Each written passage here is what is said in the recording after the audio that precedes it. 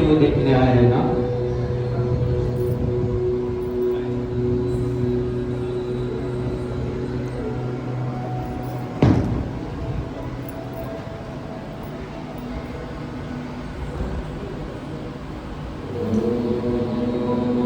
क्या कह रहा था मैं आप सभी लोगों से कि आप सभी लोग आज यहाँ किसी नवीन घटनाक्रम को घटित होते हुए देखने आए हैं।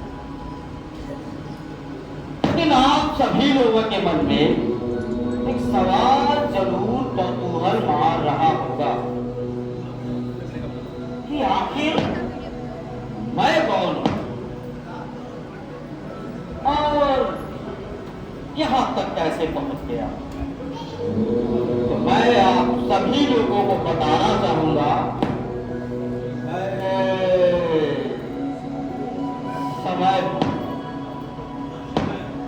और आदिकाल से लेकर अनादिकाल तक इस ब्रह्मांड में मैं अक्षर के रूप में विद्यमान और निरंतर चलता रहता हूँ और चलता रहता हूँ और हर घटना का मैं साक्षी भी बना रहता हूँ। देश काल परिस्थिति के अनुसार मैं बदलता रहा। मैंने सतयुग में महाराजा हरिश्चंद्र का सत्य भी देखा। मैंने त्रेता युग में मर्यादा पुरुषोत्तम श्री राम की मर्यादा को भी देखा। मैंने द्वापर में भगवान श्री कृष्ण की बाल लीलाओं को भी देखा। और अंत में जब कलयुग आया तो मैंने काम, क्रोध, लोभ, मोह, मद, अहंकार इन पांचों विकारों को देखा। लेकिन कालखंड बदलते रहे, युग बदलते रहे और मैं अपनी अश्रुपूर्ण आंखों से बहुत कुछ देखता रहा, क्योंकि मैं काल था। मैंने त्याग, तपस्या, संतुलन, सौहार्द, प्रेम, सहयोग और स्नेह के साथ साथ दंभ, द्वेष, पाखंड, झूठ, अन्याय और षड्यंत्र को भी इन आंखों से देखा। लेकिन आप सभी लोगों को मैं बताना चाहूंगा कि ऐसा ही एक घटनाक्रम भारतवर्ष के राजस्थान के चित्तौड़गढ़ में घटित होने वाला था, जहां महाराणा सांगा के निधन के पश्चात उनके पुत्र कुंवर उदय सिंह राज सिंहासन के उत्तराधिकारी थे। लेकिन विधना का काल चक्र देखिए, उनके ही भाई पृथ्वीराज दासी पुत्र धनवीर इस राज सिंहासन को हथियाना चाहता है और इसी उद्देश्य से वह दीपदान उत्सव का आयोजन करता है।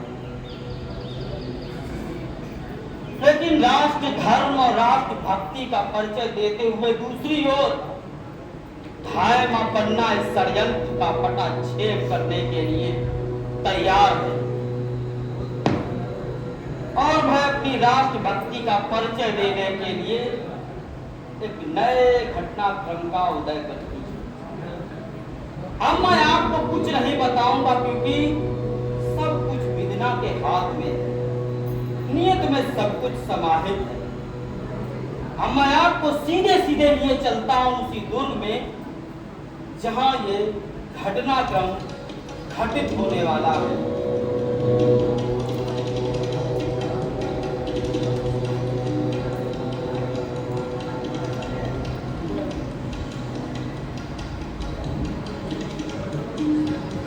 दाइमा, दाइमा, क्या है कुंवर? कुंवर, ये क्या? आपने अभी तक तलवार को म्यान में नहीं रखा है? दाइमा, देखो ना, बाहर कितनी सुंदर सुंदर लड़कियां गीत गाती हुई तुलजा भवानी के सामने नाच रही हैं। चलो ना दाई माँ, देखो ना। मुझे नाच देखना अच्छा नहीं लगता मेरे लाल। क्यों नहीं अच्छा लगता? मैं तो नाचने वाली लड़कियों को बड़ी देर तक देखता रहा, और वह भी तो मुझे बड़ी देर तक देखती रही। क्या मैं इतना सुंदर हूँ दाई माँ? हाँ, बहुत ही सुंदर हैं आप। आपको चित्तौड़ के कुंवर हैं, महाराज सांगा के छोटे कुंवर। सूरज की तरह आपका उदय हुआ है, तभी तो आपका नाम कुंवर उदय सिंह रखा है। अच्छा, तो ये बात है। पर क्या दाई माँ, रात में भी सूरज उदय होता है? मैं तो रात में भी हंसता खेलता रहता हूँ। दिन में तो आप कुंवर हैं और रात में राजवंश के कुलदीपक। कुलदीपक, कहीं तुम मुझे दान ना कर देना दाई माँ। वह नाचने वाली लड़कियाँ तुलजा भवानी की पूजा में दीप दान करके ही तो नाच रही हैं।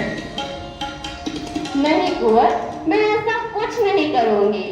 मुझे नाच देखना अच्छा नहीं लगता है कुंवर, तो मैं नहीं चल सकूंगी। तो जाओ, मैं भी नहीं देखूंगा। कुंवर उदय सिंह भी नहीं बनूंगा और कुलदीपक भी नहीं बनूंगा। मैं कुछ नहीं बनूंगा। अरे कुंवर, रूठने से राजवंश नहीं चलता है। और देखिए, आपके वस्त्र भी गंदे हो गए हैं। तलवार से खेल खेलते रहे, थक गए होंगे। जाइए, आप विश्राम कर लीजिए और ये तलवार मुझे दे दीजिए, मैं इसे रख दूं। मैं तलवार के साथ ही सो जाऊंगा दाई माँ। अभी वो समय नहीं आया है कुंवर। चित्तौड़ की रक्षा के लिए आपको तलवार के साथ ही सोना पड़ेगा।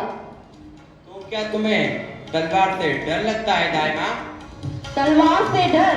चित्तौड़ में तलवार से कोई नहीं डरता है कुंवर। अब तुम मेरा मन बहलाने लगी दाई माँ। तुम नाच देखने चलती नहीं तो मैं अकेला ही चला जाता हूँ। नहीं कुंवर, रुक जाइए कुंवर। कुंवर, आप रात में इस तरह अकेले नहीं जाइए। आपके चारों तरफ जहरीले सर्प घूम रहे हैं। आपको किसी भी समय डर सकते हैं। सर, कैसे सर दाई माँ? तुम नहीं समझोगे कुंवर। कुंवर, आप जाइए, थक गए होंगे, विश्राम कर लीजिए। दाई माँ, ना मैं आज भोजन करूंगा और ना ही अपनी सैया पर सोऊंगा। अरे कुंवर, मेरी बात सुनिए कुंवर। कुंवर भी चले गए। रूठने से राजवंश तो चलता नहीं है। कोई बात नहीं, कुंवर का रूठना भी मुझे अच्छा लगता है, मना लूंगी। नाच गाना, चित्तौड़ की रक्षा कैसी से होगी? बहुत हो चुका। और वैसे भी अब तो बलवीर का राज्य है।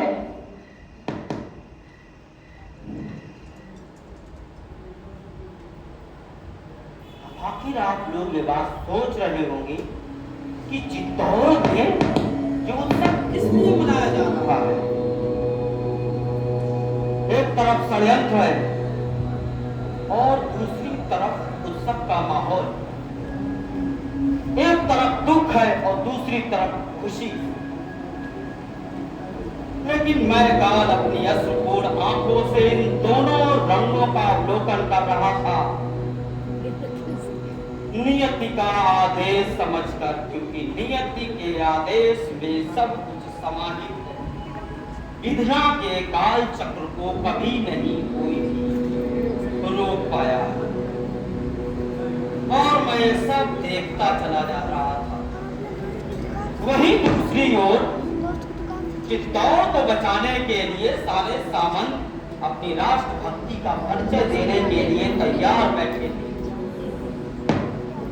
चित्तौड़ में सारे सामंत काल के प्रभाव में थे और वहीं कच्छ में सामंत जी प्रवेश करते हैं एक नई चेतावनी को उजागर करने के लिए। आइए सीधे सीधे देखते हैं कि वह किस चेतावनी को लेकर के कच्छ में प्रवेश कर रहे हैं।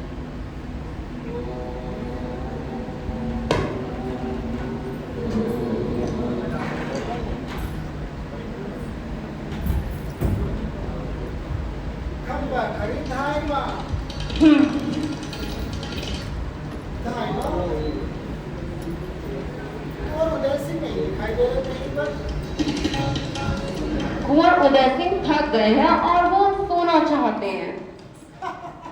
सोना, अरे तो सोना भी तो उनको चाहती है। बस कुंवर जी रूठ कर यहाँ से चले गए हैं और आप सभी लोग कुंवर जी को अपनी ओर नाच गाने की ओर आकर्षित करना चाहते हैं। ओहो, तो क्या आप दुर्गा भवानी के सामने नाचना भी कोई बुरी बात है? नायमा, सोना और उसकी सहेलियां घंटों नृत्य करती रही दुर्गा भवानी के सामने और खुद कुंवर उदय सिंह भी उनको देख के कितने प्रसन्न हो रहे थे। बस अगर वो रावण जी की लड़की ना होती तो हाँ हाँ, उस बेचारे के सीने में कटार, मोटे की कटार। नायमा, तुमने तो कुंवर उदय सिंह के आगे पुत्र जन्नत को भी खिला दिया है अपने। रहने दें, जानते नहीं है बनवीर का राज्य है गुरुजी। बनवीर, भाई माँ, महाराणा बनवीर जी कहिए। वैसे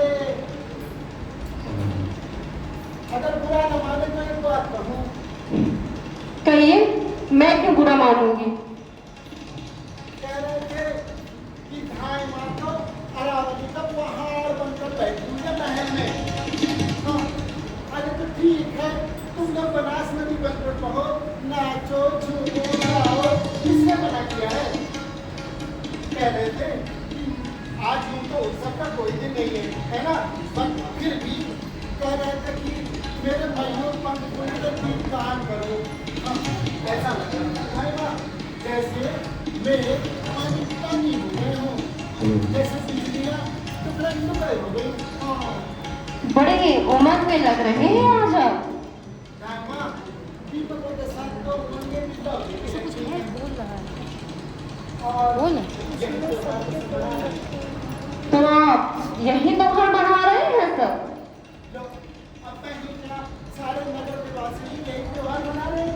बस नहीं मना रहे तो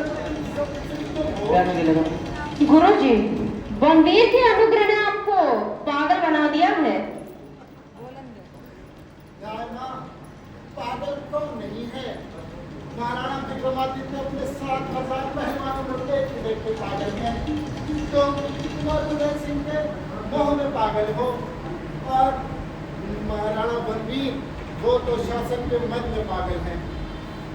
नगर निवासी तो तीर्थाल में ही लगे हैं और इन सबके पागलपन में मैं भी पागल हो रहा हूँ। गुरुजी, मुझे किसी से ईर्ष्या नहीं है। मैं जैसा जीवन जी रही हूँ अच्छा है। राज सेवा में मेरा जीवन है, यही मेरे भाग्य की बात है। भाग्य की बात ना करो धामा। अब ऐसे तो मेरे पैरों में पड़े हुए नुपुर, इनका भी भाग्य है। जब मैं नृत्य करता हूँ तो ये भी बचते हैं और जब मैं शांत हो जाता हूँ तो ये भी शांत हो जाते हैं। वैसे कुंवर उदय सिंह है कहाँ? तुमको कुंवर उदय सिंह को लेकर जाना हो तो जाओ। अगर तुम्हें महाराणा बनवीर से मतलब नहीं रख रहा तो मत रखो। मैं कौन होता हूँ बीच में बोलने वाला?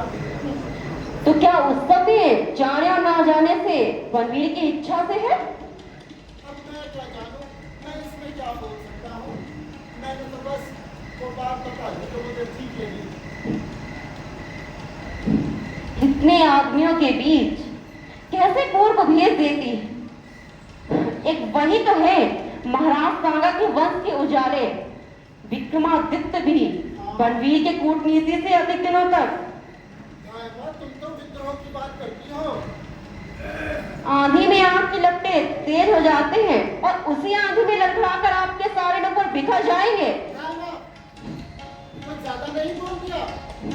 चित्तौड़ राख रंग की भूमि है, नाच रंग की नहीं। यहाँ का मातृभूमि, ये उसकी वंदना को आप सुनिए और समझिए। हाँ, समझ लिया, अच्छे से समझ लिया धामा। तो यहाँ रुके क्यों हैं आप? इसकी प्रतीक्षा कर रहे हैं, जाइए यहाँ से। हाँ, जा रहा हूँ।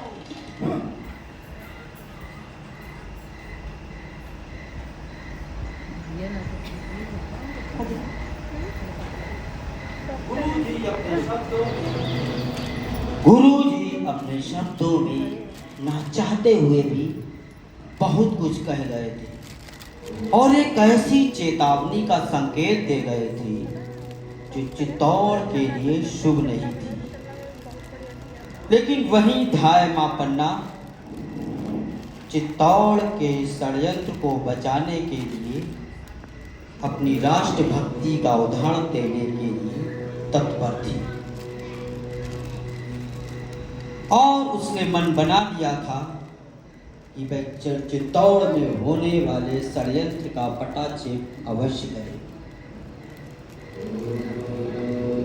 अब सावंत जी कक्ष में प्रवेश करने से पहले धाय मां पन्ना का पुत्र चंदन उससे मिलने के लिए आता है और किस तरह से मां अपने पुत्र के ऊपर अपनी ममता का निछावर करती है। देखते हैं इस घटनाक्रम का अगला दृश्य। एक तरफ जहां धाय मां पन्ना अपने पुत्र के ऊपर ममता बरसा रही है, वहीं दूसरी ओर सामंत जी हड़बड़ाहट में आते हैं और बलवीर के षड्यंत्र को उजागर करते हैं।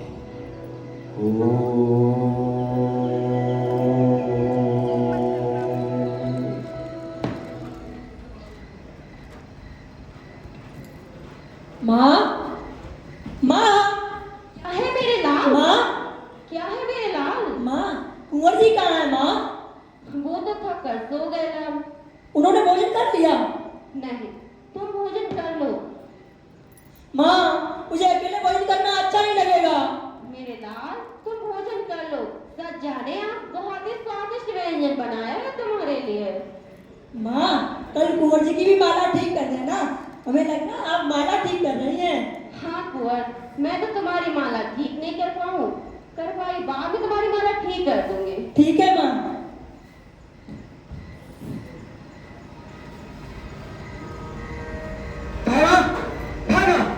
क्या है? कुंवर जी कहाँ है?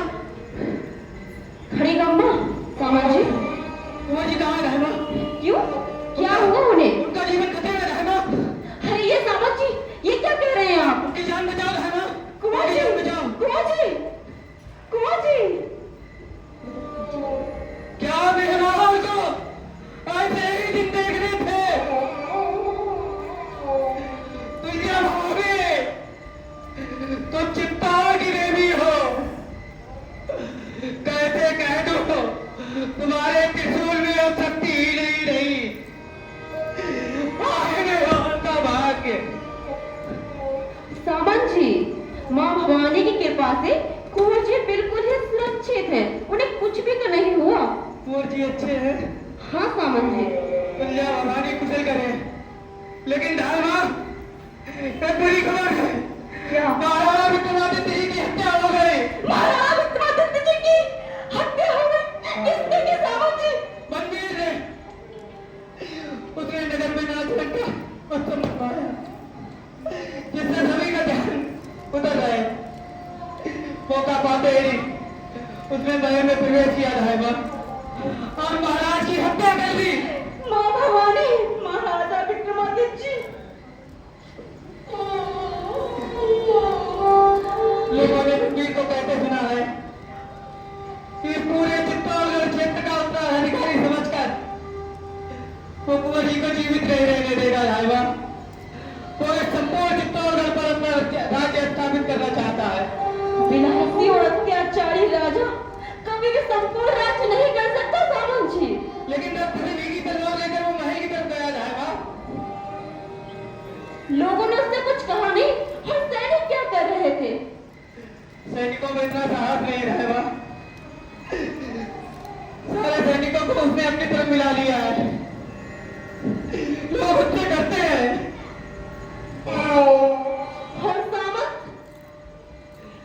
सामंत भी कुछ नहीं कर सकते। धारमा अन्नदाता, सामंत जी, दरवाजे पर कोई है। आप ठहरिए धारमा, मैं देखता हूँ।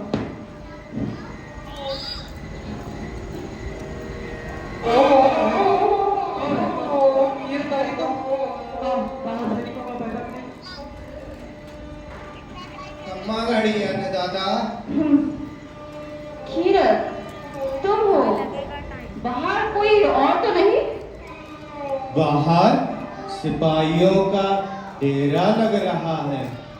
जान नहीं पड़ता जे आधी रात को क्या हो रहा है। पेड़े में किसी का भी पैसारा नहीं हो पाता। मैं तो बारी हूँ, इससे कोई कुछ बोला ही नहीं। तो तुम महल के अंदर बेखटके ही चले आए? अन्नदाता, मैं जूठी पत्तल उठाता हूँ, कोई महान पत्ता तो है नहीं। एक बोरी है और उसमें पत्ते हैं। कुंवर जी ने ब्यालू कर ली दाई माँ? नहीं। कुंवर जी जुग जुग जिए दाई माँ। कुंवर जी जब से बूंदी से आए हैं, सगरे महल में उजियारा फैल गया है। राजा विक्रमादित्य जब हरभजन करेंगे तो अपना चौर छप्पर कुंवर जी को ही तो सौंपेंगे। सच जानो दाई माँ, मैं तो उनके लिए अपनी जान तक हाजिर कर सकता हूँ।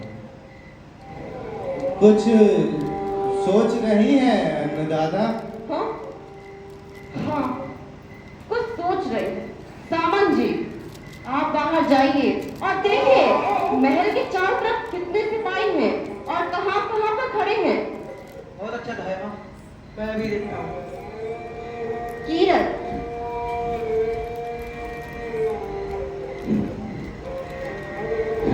बहुत प्यार करते हो कुंवर जी को तुम? प्यार कहने पर जुबान पर कैसे आए? ये तो दिल की बात है, मौके पर ही देखा जाता है। और कहने को तो मैं कह चुका हूँ कि कुंवर जी के लिए अपनी जान तक हाजिर कर सकता हूँ। तो समझो ये मौका आ गया है कीरत। मौका? कैसा मौका? कुंवर जी के प्राण बचाने में। कौन के सिर पर भैरव बाबा की आग चढ़ी है जो कुंवर जी का बाल भी बांका कर सके? कीरत के रहते हंसी तो नहीं कर रही हो अन्नदाता? नहीं कीरत, हुक्म ये दे। हंसी का समय नहीं है। सच में कुंवर जी के प्राण संकट में है। हुक्म दे अन्नदाता। तुम्हारी बोरी भी काफी बड़ी है, इसमें गीली पत्तली लेकर तुम महल के बाहर आते जाते रहते हो। कोई तुमसे कुछ कहता भी नहीं है। ठीक कहा अन्नदाता, आते वक्त भी किसी ने नहीं देखा था। तो कीरत, इस बोरी में कुंवर जी को रखकर उनके ऊपर गीली पत्तली डालकर तुम महल के चारों जो हैं द्वार, उनमें से निकल जाना जहां पर सैनिक कम हो। तुम्हें कोई रोकेगा भी नहीं। वाह अन्नदाता, क्या खूब सोचा। मैं ऐसे निकल जाऊंगा कि किसी की मुझ पे नजर भी ना पड़ेगी। हाँ कीरत, तुमने चित्तौड़ के मुकुट को संभाला है, एक तिनके ने राज सिंहासन को सहारा दिया है।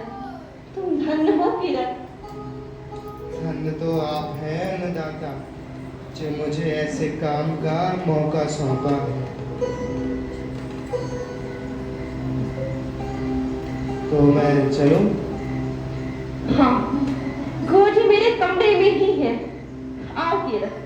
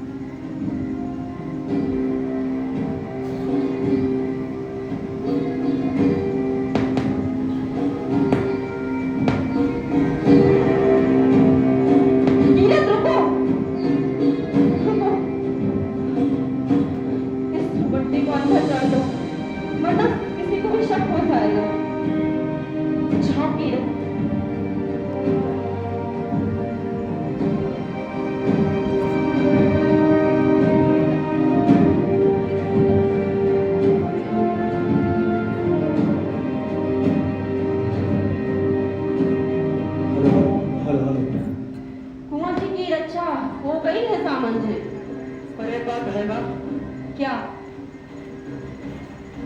पंडित ने जरूर आएगा दाहिबा।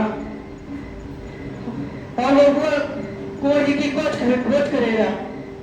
जब कुंवर जी को यहाँ ना पाएगा तो तुमसे पूछेगा धामा, तब क्या उत्तर दोगी? कह दूंगी सामंत जी कि मैं नहीं जानती। फिर इससे वो नहीं मानेगा धामा।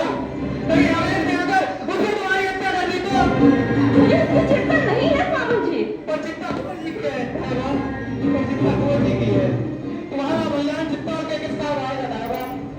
नहीं, मैं कुंवर जी की रक्षा अवश्य करूंगी। पर किस तरह? कुंवर जी की सैया पर किसी और को सुला दूंगी सामंत जी। वो क्रोध में अंधा ही रहेगा और पहचान भी नहीं पाएगा कि कुंवर जी की सैया पर कौन लेटा हुआ है। कुंवर जी की सैया पर किसे डालोगी? सामंत जी, सुला दूंगी, उसी को सुला दूंगी, अपने हृदय के टुकड़े को, अपने लाल को सुला दूंगी सामंत जी। और छोटे से लाल को हत्यारे के हवाले कर दूंगी। नहीं धामा, ऐसा मत कहो धामा, ऐसा मत कहो। नहीं सामंत, ऐसा ही करना पड़ेगा। चित्तौड़ की रक्षा करने के लिए मैं अपना रक्त भी बलिदान कर सकती हूँ। मैं ऐसा नहीं हो सकता धामा, मैं ऐसा नहीं हो सकता। सामंत जी, ऐसा ही करना पड़ेगा। सामंत जी तो करेंगे ऐसे कहकर कि मैं नहीं सुन सकूंगा, और जो मुझे करना वो तो मैं ही करूंगी। हे माँ भवानी, मुझे शक्ति दो कि मैं कुंवर उदय सिंह की प्राण बचाने में अपने लाल को दे सकूं। ये राजपूतनी की मर्यादा है, ये राजपूतनी की व्रत है, यही उसकी सच्ची निष्ठा है। मेरे महाराणा का नमक मेरे रक्त से विमान है। रक्त से नमक नहीं बनता, नमक से रक्त बनता है। मैं चित्तौड़ की सच्ची नारी बन सकूं।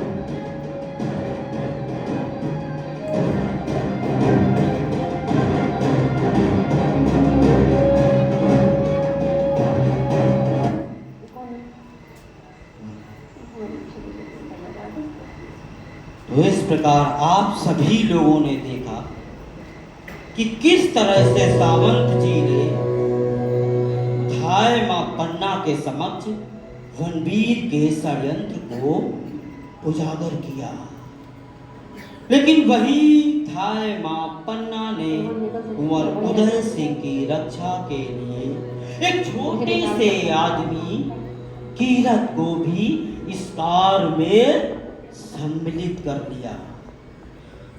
और कीरत ने भी अपनी स्वामी भक्ति का परिचय देखने के लिए अपने आप को असीम सौभाग्यशाली समझा। लेकिन मैं काल समय के वशीभूत था और इन दोनों रंगों को देख रहा था अपनी इन अश्रुपूर्ण आंखों से। लेकिन आज प्रस्तुत होने वाला है आप सभी लोगों के सामने इस घटनाक्रम का अंतिम और मार्मिक दृश्य, जहां धाय मां पन्ना अपने पुत्र से मिलने के लिए आज अंतिम रात का इंतजार कर रही है और चंदन भी अपनी मां से मिलने के लिए आज अंतिम दिन है। वहीं दूसरी ओर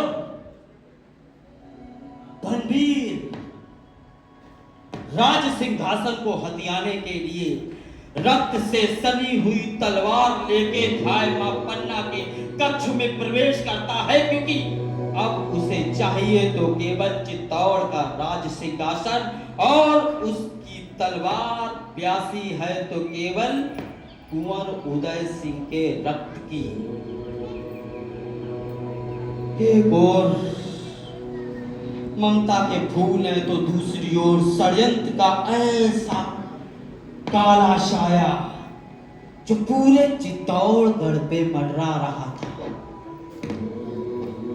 आज काला साया पूरे चित्तौड़ को अपने आगोश में लेने के लिए तैयार खड़ा था। तो अब मैं आप लोगों को सीधे सीधे उसी दृश्य का अवलोकन कराने के लिए तैयार हूं जो इस विधना ने निश्चित कर रखा है। प्रस्तुत है इस घटनाक्रम का अंतिम और मार्मिक दृश्य।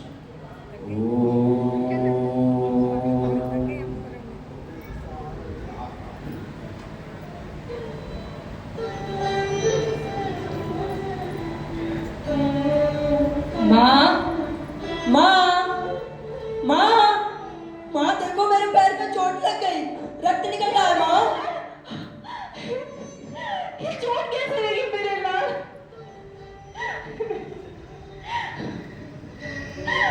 पैर सीधे कर मेरे लाल, कितना रक्त बह रहा है।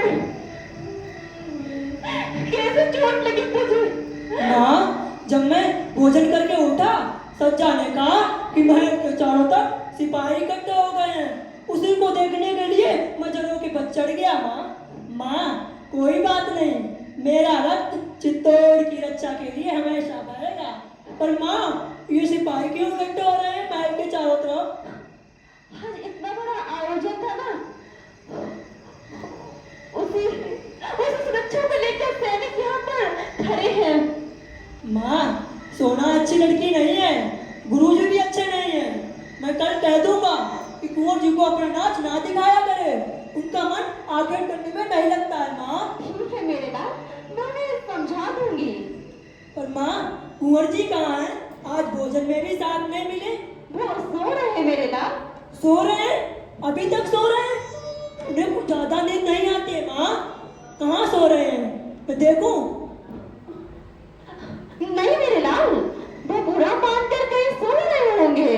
माँ सोना नहीं बुरा मानना सिखाया है, गुरुजी ने भी।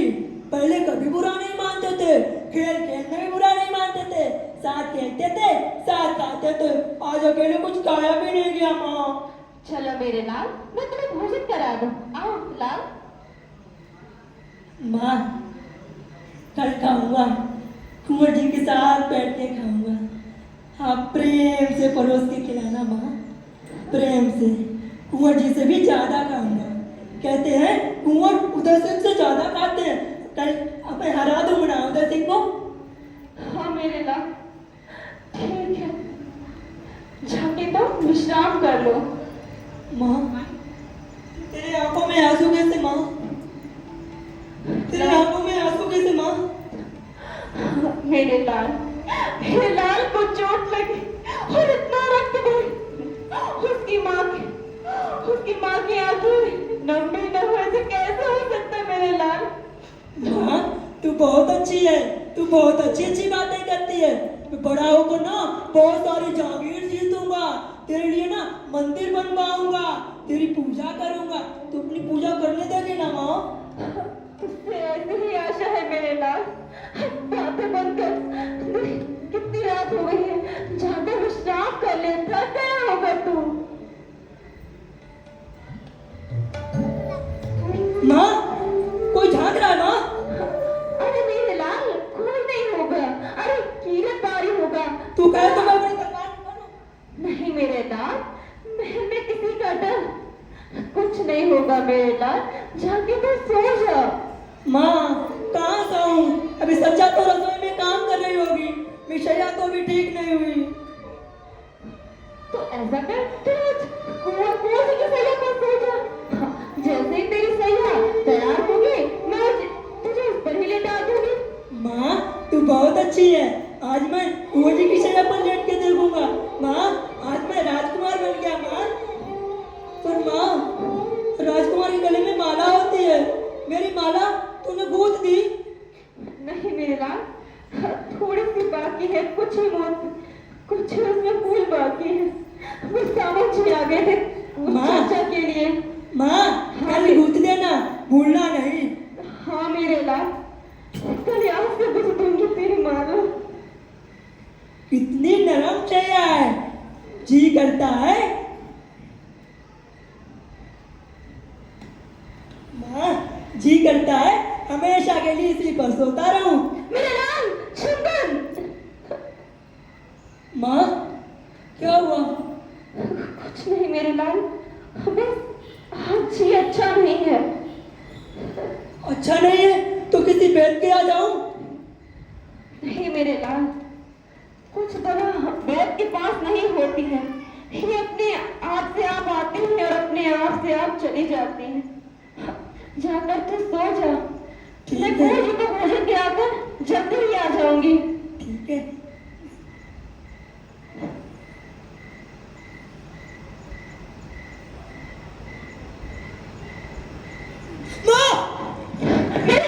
काली छाया माँ, वो काली छाया मुझे मारने के लिए आई माँ, उसने तलवार उठाई, वो काली छाया मारने की मुझे। नहीं मेरे लाल, यहाँ तो कोई काली छाया नहीं है, तुझे भ्रम हुआ होगा, तो स्वप्न देखा तूने हुआ? यहाँ तो कोई काली छाया नहीं है मेरे लाल। कोई छाया नहीं है, कोई छाया नहीं है। हाँ। पर पता नहीं माँ, मुझे नींद नहीं आ रही है। माँ तू मुझे लोरी सुना दे, मैं सुनते सुनते सो जाऊंगा। हाँ मेरे लाल, तू सो जा, तुझे मैं लोरी सुना दूं।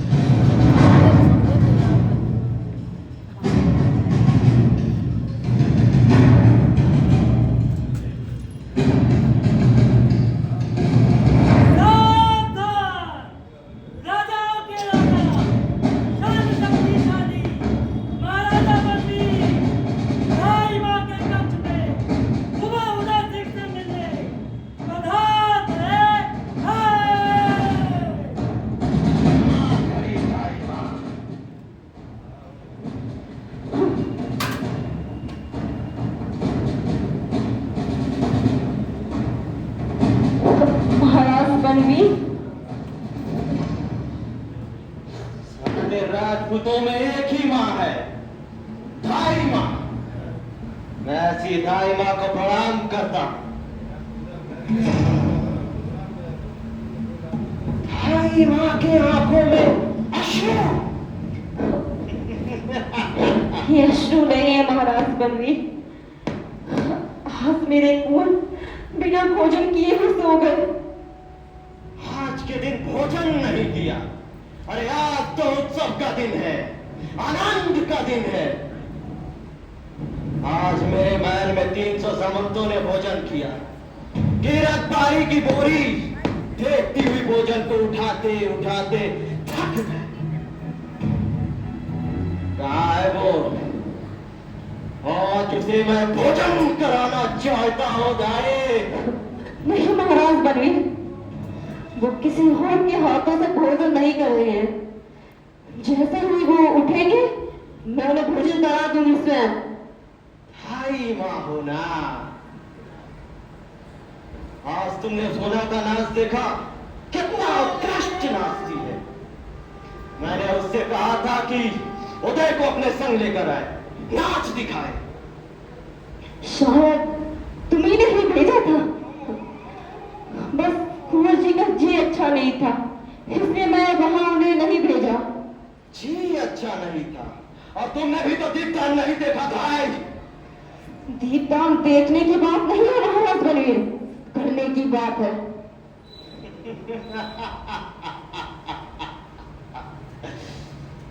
भाई माँ, अरे भाई माँ तो मंगल कामनाओं की देवी है। वो दीपदान करके चित्तौड़ का कल्याण करना चाहती हैं। मैं भी तो दीपदान करके चित्तौड़ का कल्याण करना चाहता हूँ भाई। कहाँ है वो? ये रक्त कैसे तलवार पर?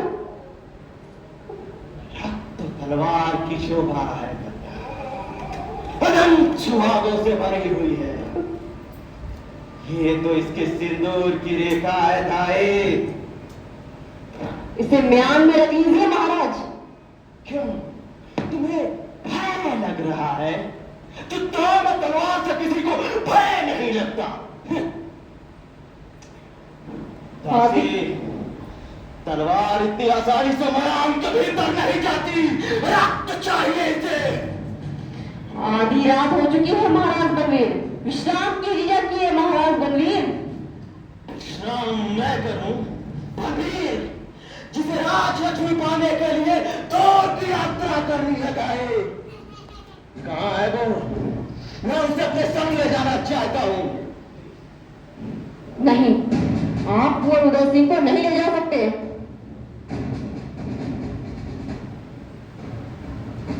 ये जाना किसे है भाई, और छूना भी किसे है? उसे तो मेरी ये तलवार छुएगी, लेकिन आदित्य के रक्त से सनी हुई तलवार उदय के रक्त से अब धोई जाएगी दासी। महाराज विक्रमादित्य,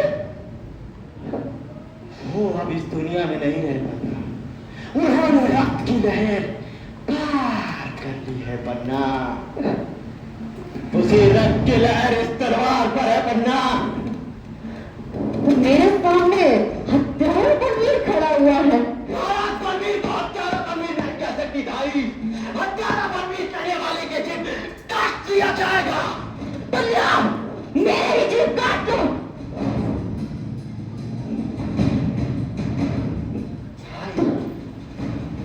तुम्हारी माँ ने जन्म देते हुए तो मार क्यों नहीं डाला? कहाँ है वो? सुला दिया, मुंह भी ढक दिया। तुम्हारे भाई बाप बच्चे के मरने में भी ममता का ख्याल रखती है। दाई, मेरे सामने से हट जा। महाराज बलवीर, ऐसा मत करो। तुम्हें कुंवर उदय सिंह की रक्षा के लिए सौंपा गया, तुम उनके संरक्षक हो। कुंवर उदय सिंह को छोड़ दो, तुम सारे विवाह पर राज करो, चित्तौड़ पर करो, संपूर्ण राज्य करो, पर मेरे कुंवर उदय सिंह को छोड़ दो। मैं उन्हें लेकर सन्यासी हो जाऊंगी, यहाँ से बहुत दूर चली जाऊंगी। अच्छा भाई, आपके सर पर मुकुट रे पद्मे हुई गोद में मेरे लाल को छोड़ दो।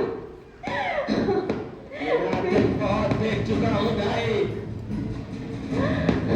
आज मैं उसे चिन्हता में सुनाना चाहता हूँ भाई। नहीं, तुम मेरे जीते जी को नहीं ले जा सकते। मैं तुम्हें कुंवर के सैयद